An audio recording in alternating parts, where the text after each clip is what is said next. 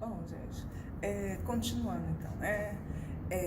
Eu sou Fátima Gomes, professora de História, aposentada pela Secretaria de Educação do DF. Hoje a gente vai abordar, né, vamos começar falando sobre um problema que é muito sério, gravíssimo no Brasil, que é o racismo, né? O racismo, ele é sutil, ele é levemente disfarçado, mas ele é muito arraigado dentro da nossa sociedade. E isso tudo começou, não foi ontem, não foi hoje, foi quando o Brasil foi colonizado. Os portugueses, no período do capitalismo pré-comercial, que é aquele capitalismo que a grande fonte de riqueza era o comércio, portugueses chegaram na África e viram na possibilidade de escravizar negros africanos uma fonte de riqueza. Vejam bem, a que ponto chegou o capitalismo, né, naquele período em que pessoas eram escravizadas e tratadas não como seres humanos, mas como objetos. Imagina aí seu relógio. Seu relógio você comprou, você não perguntou para ele em nenhum momento se ele tinha sentimento, se ele queria sair da loja e morar com você, não é? Bom, foi assim que fizeram também com os escravos negros. Portugueses entraram em acordo com alguns reinos africanos, né, que era comum nesses reinos guerras, e nessas guerras os perdedores eram entregues aos portugueses para serem escravizados. Isso é um ponto que a gente já conhece. A partir do momento que eles eram entregues aos portugueses, automaticamente vinham em navios negreiros para o Brasil, com condições de higiene zero. Não existia nenhuma preocupação com a vida e o bem-estar daquelas pessoas negras que estariam sendo escravizadas no Brasil, sendo vendidas como meras mercadorias. Os traficantes portugueses, em momento nenhum, se perguntaram se as pessoas queriam isso para suas vidas, porque era de uma arbitrariedade, era de uma agressividade que se fazia. Chegando nos portos brasileiros, filhos, esposos, pais, mães, sobrinhos, tios, eram separados uns dos outros e, na maioria das vezes, nunca mais iriam se reencontrar,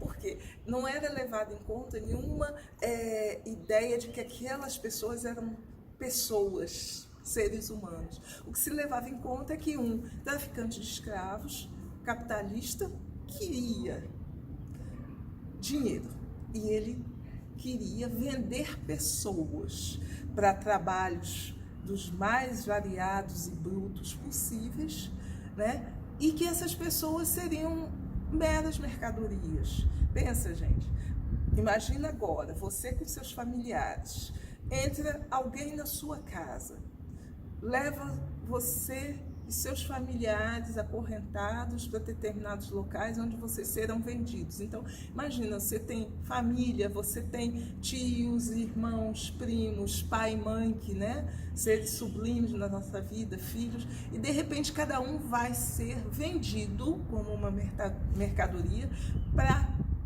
pessoas diferentes, em lugares diferentes. Imagina a angústia que é isso. Agora, vocês, conhecendo a história do Brasil, vocês vão entender que a partir desse momento, essas atitudes, essas posturas capitalistas durante o capitalismo comercial geraram pessoas negras que foram privadas dos seus relacionamentos familiares, foram privadas da sua cultura, eles não podiam praticar sua cultura, suas tradições religiosas, sua culinária, eles não podiam decidir sobre o seu destino. E isso fez com que o negro fosse visto como inferior, porque ele veio perdedor de uma guerra, foi acorrentado, foi violentado na sua essência de ser humano e violentado fisicamente também, porque todos nós conhecemos, né, de várias novelas, a forma como o escravo era tratado, né? Nós historiadores conhecemos isso bem a fundo por leituras, né? As pessoas que tiveram uma vida acadêmica dentro da área de humanas, de ciências humanas, perceberam isso pela leitura, e leigos perceberam isso através de filmes e novelas e por aí vai. Imagina essa realidade para seres humanos, gente, como foi cruel. A partir do momento, então, que as pessoas entravam como escravas no Brasil, elas perdiam toda a possibilidade de ser pessoas, de existir como seres humanos, né? Eram muitas das vezes, como eu falei, separadas de seus entes queridos. E a partir do momento que nós vivemos todo esse processo de escravidão, houve a abolição, né? A Lei Áurea veio, né? Mas já era um processo onde a escravidão negra estava muito desgastada também no Brasil. Os negros já estavam num processo de luta abolicionista, né? Com participação de pessoas brancas também. Não tem aqui nenhuma briga entre negros e brancos. A gente está estudando e compreendendo a história. E a partir do momento em que houve a abolição da escravidão, para onde foram os negros alforriados? Como é que ficou a situação de crianças e adolescentes que estavam libertos, né? Desde a lei do ventre livre, desde a lei do sexagenário, idosos, crianças, adolescentes, idosos estavam livres.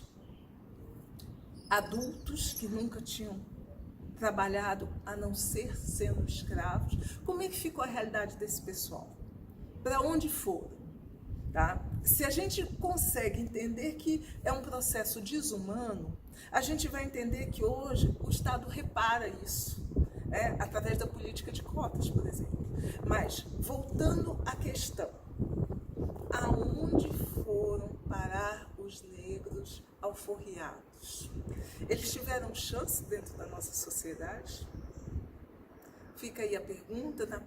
No próximo vídeo a gente continua debatendo e apresentando, né, a realidade dos negros hoje, fruto desse processo desumano que foi a escravidão negra a partir do capitalismo comercial.